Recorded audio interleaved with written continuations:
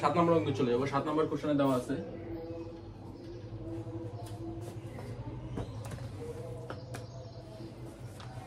a cube minus a square minus 10a minus 8 এটাকে f of a দিয়ে দিলাম। এখন দেখো কত বসালে 0 আসে। f অফ a এর জায়গায় যদি -1 বসাও, -1 whole cube minus -1 square minus 10 into -1 minus 8, তাহলে -1 কে কিউব করলে -1, -1 কে স্কয়ার করলে 1, বাট আগে একটা মাইনাস ছিল সেটা মাইনাসে মাইনাসে প্লাস 10 মাইনাস 8, তাহলে -10 প্লাস 10 ইকুয়াল 0। -1 বসালে যেহেতু 0 আসতেছে তাইলে আমার উৎপাদক বা ফ্যাক্টর কি হবে? +1। তাহলে আমি লিখবো a প্লাস 1 একটা উৎপাদক।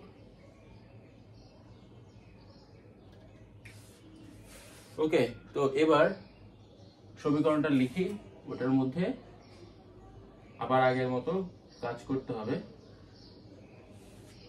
সেকেন্ড লাইন খালি রাখবো, থার্ড লাইনে যাব, a প্লাস 1 তিনবার বসাবো।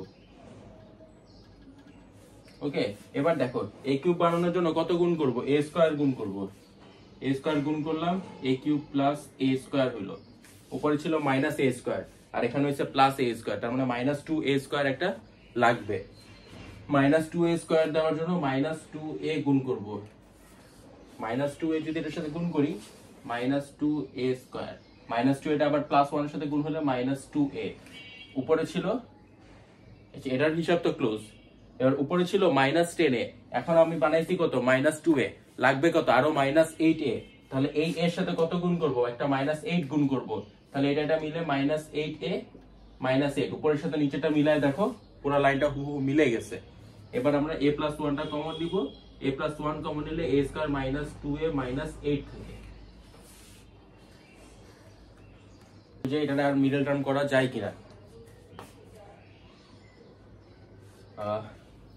আমরা কি জানি? এটার সহগ বা কোএফিসিয়েন্ট যেটা থাকবে, এটা সহগ যেটা থাকবে সেটাকে শেষেরটার সাথে গুণ করব। গুণ করলে পাই কত? 8। এবার 4 দুগুণা 8 হয়। দেখো এবার এটাকে মিডল টার্ম করা যায় কিনা। a square -4a plus 2a minus 8, এখান থেকে একটা থেকে a common now, a common নিলে থাকে a -4 প্লাস 2 কমন নাও, থাকে a -4। এবার a -4 কমন নিলে থাকে a প্লাস 2। এই তিনটা হচ্ছে আমার উৎপাদক।